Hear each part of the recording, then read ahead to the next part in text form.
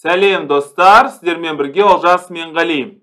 Германия мемлекеті Дюссельдорф қаласы, WR Chess Masters 6-шы тур, Доммаружу Гукеш және Нодербек Абдусаторов. C4, I5, G3, C6. Ағылшын бастамасы немесе English Opening. D4, ID, вәзір D4. Бір кемшілігі әрине C6-ның атты C6-ға орналастыруға мүмкіндік жоқ.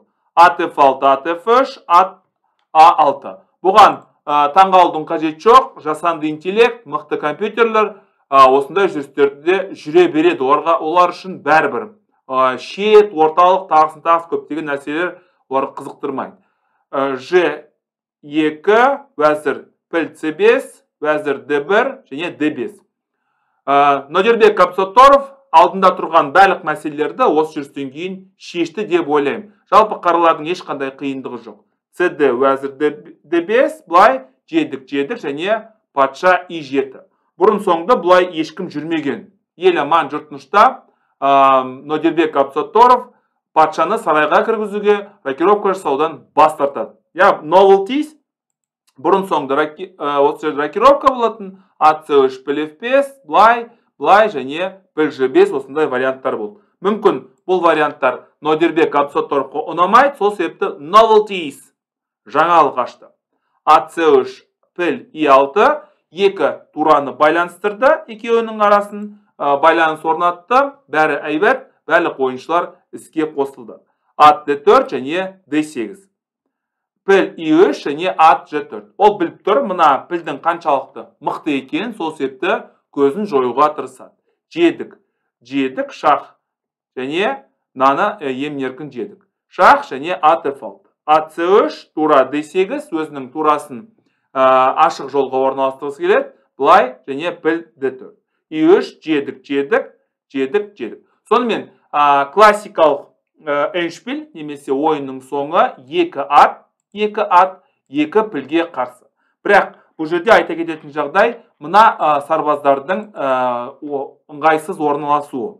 Бұл жерде әрине қаралардың үлкен мүмкіндігі бар, тең түсуге. Егер де бұл сарбаздар басқаша тұрған кезде, немесе ақ патша басқаша орналасқан кезде, мүмкін бәрі өзгеше болуы мүмкін еді. Бірақ өкінішке орай Гукештің көптеген армандары орындалмады.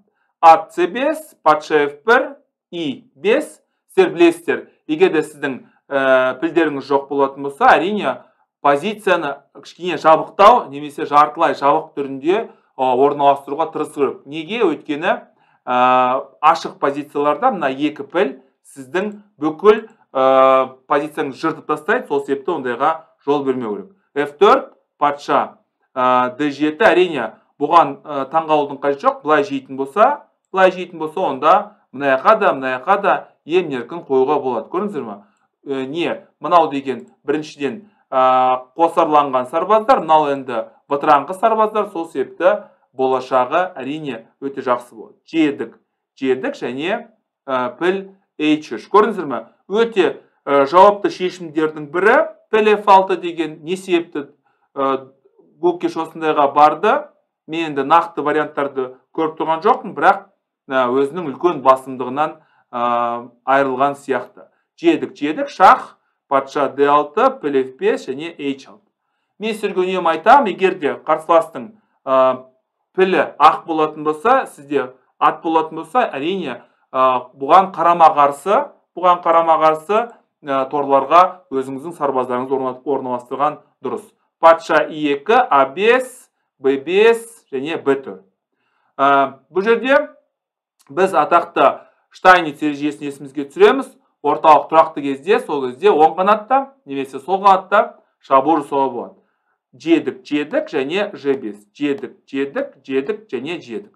Бұл жерде не айтуға болады? Әрине мына G5-тегі сарбаз өте қауіпті, бірақ біз деген мына сарбаздың квадратында тұрмыз, сол себепті бақылауда ұстап тұрмыз.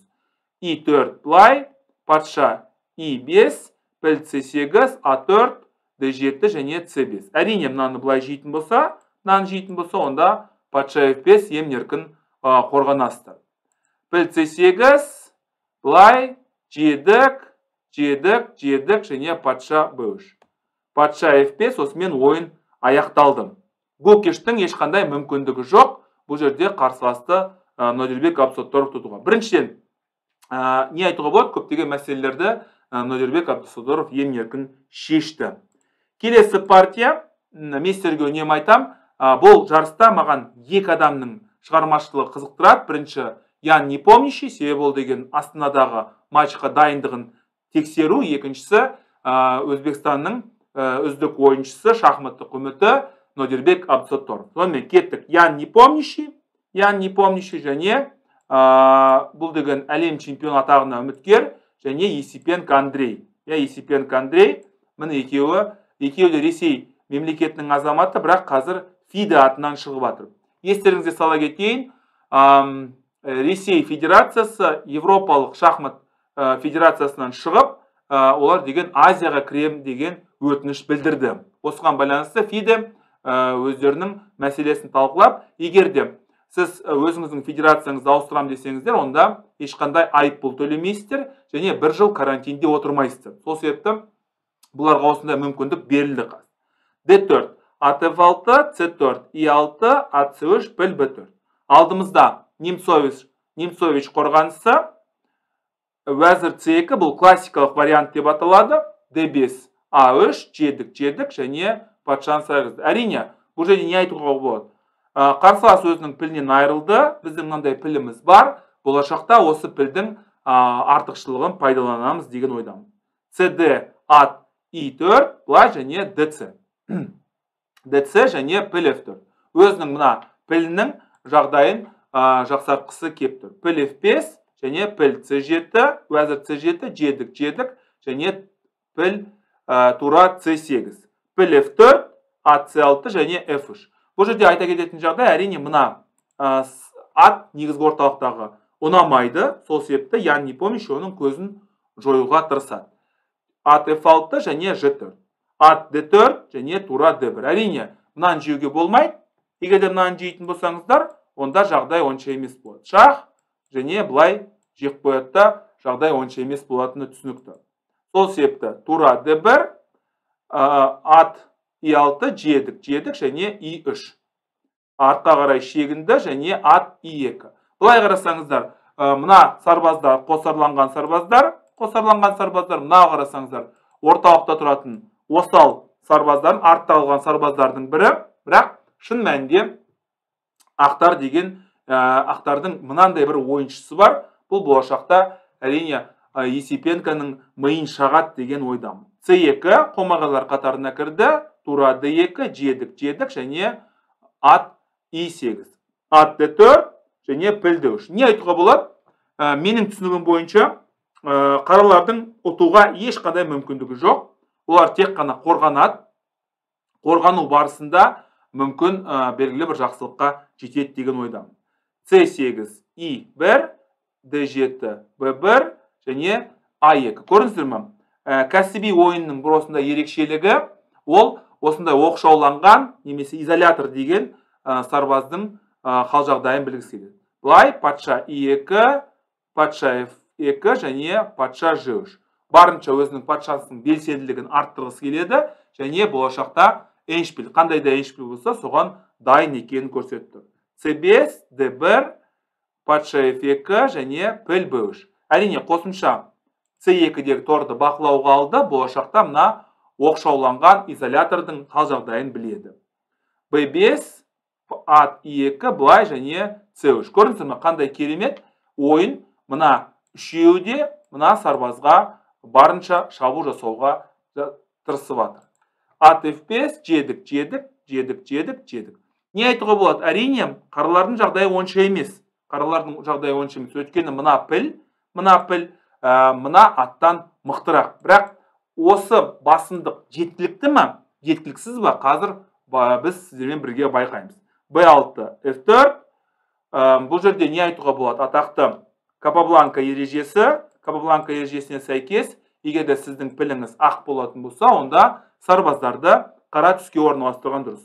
H3, F6 өте сауатты ойын, көрдіңіздер ме? Әдейілеп барынша ақ піл шабуыл жасай алмайтын амалдарды қарастырады. I4, F3, H4, патша I3, бұл ұзақ енді партия, ақырындап осылай дамиды. Өте жақсы жүрістердің бірі Андрей Есипенконың. Андрей Есипенко атақты Капабланка ережесінің екінші нұсқасын біледі. Егер де сіздің позицияңыз нашар болатын болса, онда бірінші кезекте сарбаздарды айырбастауға тырысуыңыздар. Жедік және I5. Бұл жерде не айтуға болады? Мынау шетте тұратын өтетін сарбаз, ал мынау орталықта тұратын өтетін сарбаз. Болашақта әрине мынау өзінің бір қиындықтарын туғызады, ал мынаны емін-еркін бұғаттайды. Патша ат F5, былай. Енді қаралардың ешқандай ұтуға ешқандай мүмкіндігі жоқ, бірақ олар барынша тырысып жатыр ақтарға белгілі бір қиындық туғызуға. Техникасы мүмкін жетіспеген шығар, Ян Непомнящийдің, бірақ бұндай позицияларды әрине кімдер ақтар емін-еркін миды шаға береді. Миды шаға береді, мүмкін бір белсенді бір жоспарды таппағанның салдарынан осындай болды. Әрине атты барынша шектейді, және цукцванг деген іс-әрекетті пайдаланғысы кеп тұр, бірақ аттың бүкіл торларын шектеп тастауға мүмкіндік болмай тұр. G8 былай және өзінің атын емін-еркін осылай құрбандық етеді. Бұны біліп тұрған, өйткені болашақта ол деген мына сарбазды жейді және мына сарбазды түбіне жетеді деген ойдамын. F былай ақырындап жүреді және мына сарбазды да айта кеткен жөн. Бұл өте маңызды сарбаздардың бірі. Неге? Бұл мына пілдің көңілін басқа жаққа аударады.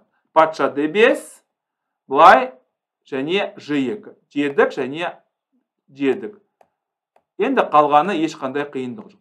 Не айтуға болады? Енді қысқаша мысал келтіруге болады. Бұл жерде мысалы кім Гукеш пен Доммаружаның арасында, Гукеш пен Абдусатторовтың арасындағы күрес не айтуға болады? Екі пілдің мына екі атқа қарсы күресінде, бірақ мына сарбаздардың нашар орналасуы әрине Гукештің ұтуға ешқандай мүмкіндік бермеді. Өйткені мына аттың тұрғылықты орны бар, соның арқасында ол деген емін-еркін аман қалды. Ал мына жерде Есипенко енді өте мықты қорғаныстың арқасында қиын эндшпильді сақтап қалды. Сол себепті міндетті түрде эндшпильді зерттеңіздер. Екі піл екі атқа қарсы, піл атқа қарсы эндшпильдерді өте мұқият зерттеңіздер, сіздерге қатты қажет болады. Жақсылықта кездесейік, сау, сәлемет болыңыздар.